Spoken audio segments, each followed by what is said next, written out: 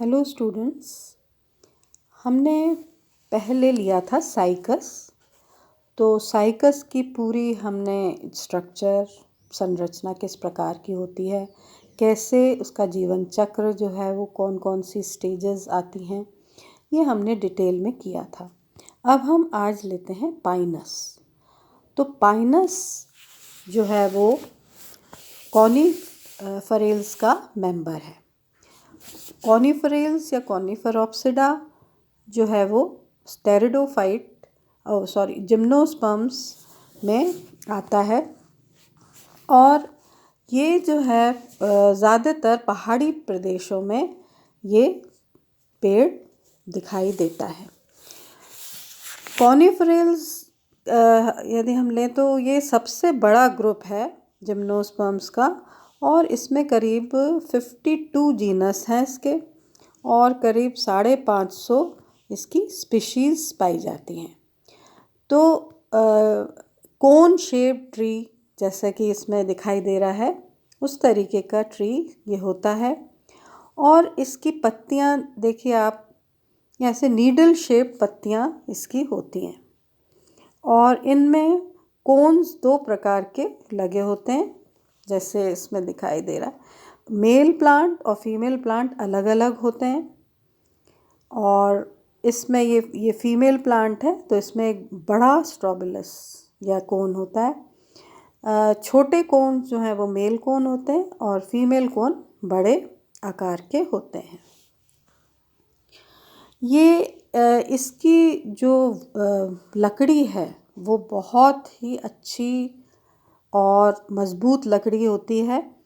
चीड़ का पेड़ से कहते हैं, तो चीड़ की लकड़ी जो है वो बहुत अच्छी मानी जाती है, क्योंकि इसमें बहुत से रेज़न नाल इसमें पाई जाती है। तो रेज़न इसमें काफ़ी होता है, तो कोई भी जो इंसेक्ट्स हैं वो इसको अटैक नहीं कर पाते। इसकी पाइनेसी फैमिली, जैसे मैंने बताया, मोनोशियस होती है। और ये आवास इसका ज़्यादातर पहाड़ी प्रदेशों में, ठंडे प्रदेशों में ये पाया जाता है। तो टेम्परेट रीजन का पौधे ये होते हैं। और अपने देश में पाइनस की कई स्पीशीज़ पाई जाती हैं। सबसे ज़्यादा कॉमन है पाइनस रॉक्सबर्गाई जो है, और पाइनस जिरार्डियाना जो है वो है चिलगोज़ा एक ड्राई फ्रूट है, बहुत ही अच्छा ये ड्राई फ्रूट होता है, बहुत महंगा भी आता है। और ये पाइनस जिरार्डियाना से निकलता है। ये हाइट जो है इसकी पेड़ की करीब 35 से 50 मीटर तक लंबी होती है। इससे ऊपर भी जा सकता है, पर ज़्यादा ऊंचा ये पेड़ नहीं होता। और इसमें 2 प्रकार की ब्रांचेस इसमें पाई जाती हैं। तो क्योंकि ये विकसित जो है वो कुल है, तो इसमें जो मेन प्लांट बॉडी है वो स्पोरोफाइट यानी कि बीजाणुभिद होता है, द्विगुणित। और ये एवरग्रीन होते हैं। इनकी ये खासियत है कि इनकी पत्तियां जो है वो कभी झड़ती नहीं हैं, और एक पत्ती जो है वो बहुत सालों तक जो है वो जीवित रहती है। नीचे से थोड़ी जो है उसका डिटोरेशन पत्तियों का शुरू होता है। जैसे ये पौधा है, अगर यदि हम देखें तो जैसे ये है, और ये इसकी ब्रांचेस हैं। कोन शेप में इसका रहता है ये, इस तरह का। तो यहाँ पे जो पत्तियाँ हैं नीचे की, वो सबसे पहले जो है वो ख़राब होती हैं, फिर ऐसे, और ये निरंतर जो मेन एक्सिस है ये निरंतर बढ़ती रहती है। इसमें typical pyramid shape, conical shape होती है, और रूट, स्टेम, लीफ होते हैं। तो सबसे पहले हम लेते हैं कि स्टेम के बारे में। तो स्टेम जो है जो उसका तना होता है या स्तंभ होता है, उसमें स्तंभ जो है वो काष्ठीय होता है, वुडी होता है, शाखित होता है और मोनोपोडियल ब्रांचेस होती हैं। तो मोनोपोडियल जैसे मैंने बताया आपको, ये होता है मोनोपोडियल, ये जिसमें एक मेन ब्रांच है और फिर साइड की ब्रांचेस निकल रही हैं।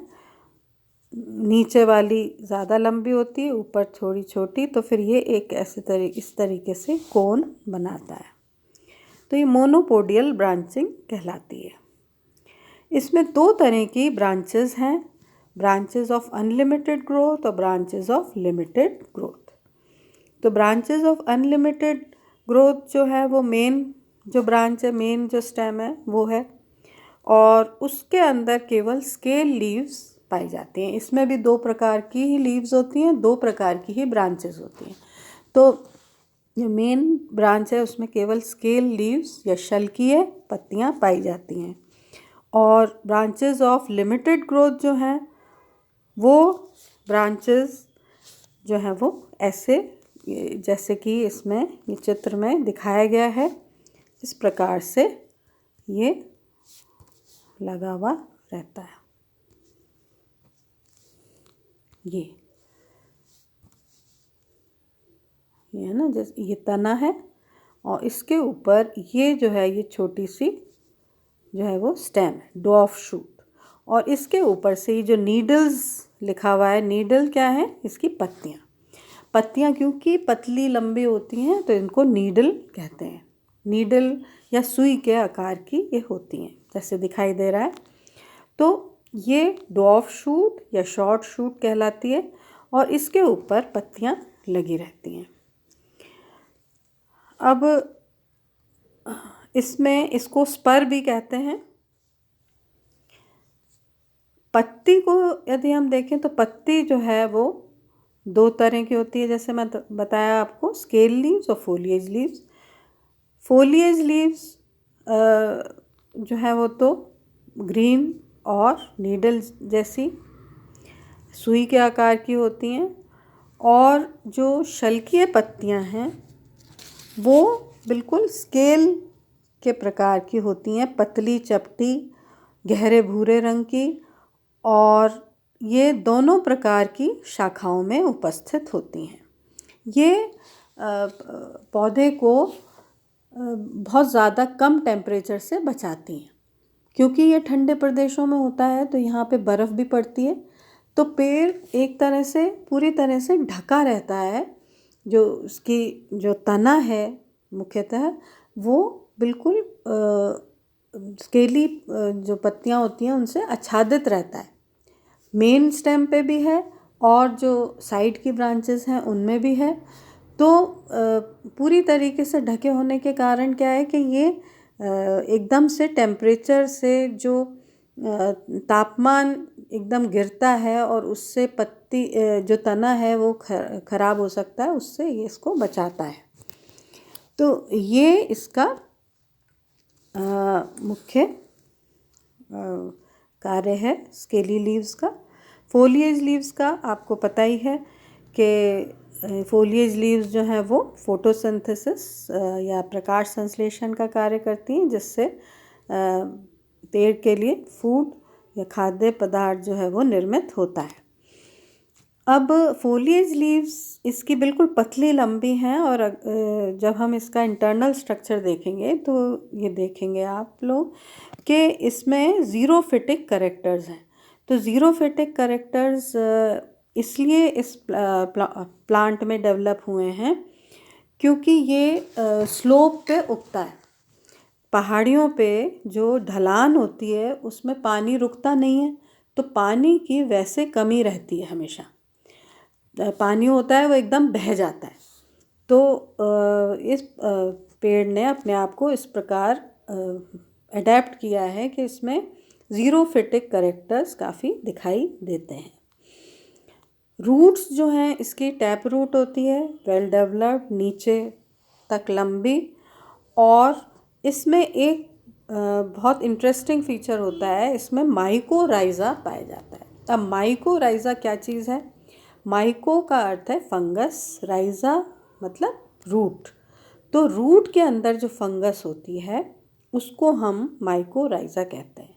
पर ये फंगस जो है वो इसकी साथी है, ये कोई इन्फेक्शन नहीं है, ये कोई मतलब डिजीज़ या कोई रोग उत्पन्न नहीं करता, बल्कि पौधे को एब्जॉर्प्शन में सहायक होता है। क्योंकि जो इसका फंगस के जो हाइफे होते हैं, जो तंतु होते हैं, वो पूरे मिट्टी में फैल के जड़ को मजबूती देते हैं, ढलान पे उसको पेड़ को गिरने नहीं देते। और दूसरा, क्योंकि एक तरह से स्पंज का काम करते हैं कि जैसे ही पानी आता है, क्योंकि माइकोराइजा भी है इसके रूट्स के साथ, तो एब्जॉर्प्शन जो है वो बहुत अच्छा हो पाता है। तो ये इसमें खासियत है। अब ये हमने देखा कि कैसा ये स्ट्रक्चर, इसका जो संरचना है वो किस प्रकार रहती है। अब हम इसका इंटरनल स्ट्रक्चर या आंतरिक संरचना जो है वो देखते हैं। तो सबसे पहले हम मूल या जड़ को हम लें तो प्राइमरी रूट या प्राथमिक जड़ जो है वो द्विबीजपत्री पौधों की तरह ही होती है। मेन रूट और साइड में ब्रांचेस मतलब शाखित होती है। इसमें जैसे कि चित्र में दिखाई दे रहा है, एपिडर्मिस या बाह्य त्वचा पतली परत होती है इसकी। इसमें भी ये आप जो है वो देखिए। और इसमें यूनिसेलुलर रूट्स पाई जाती हैं। यूनिसेलुलर रूट्स इसमें पाई जाती हैं।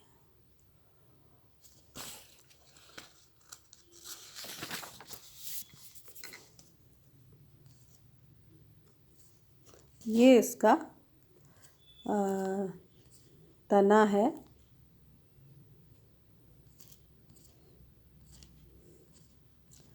तने और रूट में जो है वो ऐसी इसकी जो जड़ होती है वो इस प्रकार की होती है कि बहुत ही जड़ को यदि हम देखें तो देखिए, जड़ सामान्य जो द्विबीजपत्री पौधा होता है इस प्रकार की होती है।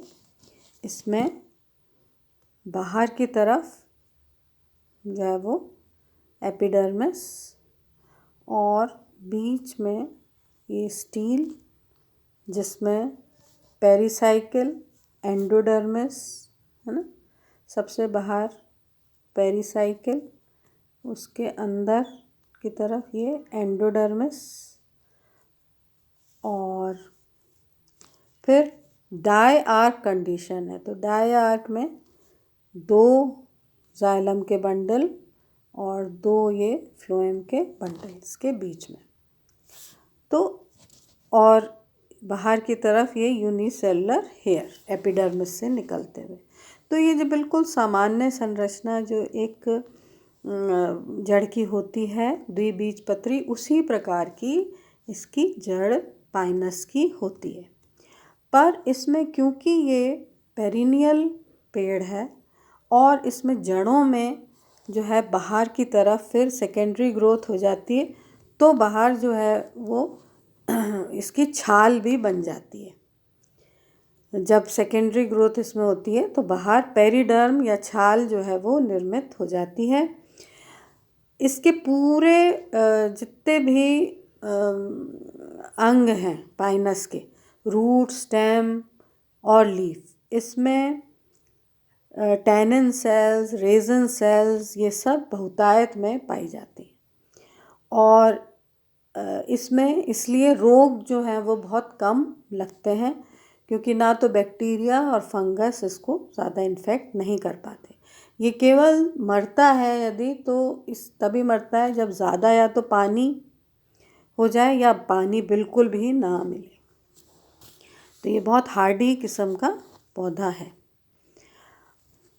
इसका तना अब हम लेते हैं, जो तना होता है उसकी ये है स्ट्रक्चर। ये देखिए, तने के बाहरी जो है वो एपिडर्मिस, फिर हाइपोडर्मिस है। हाइपोडर्मिस जो है तने की,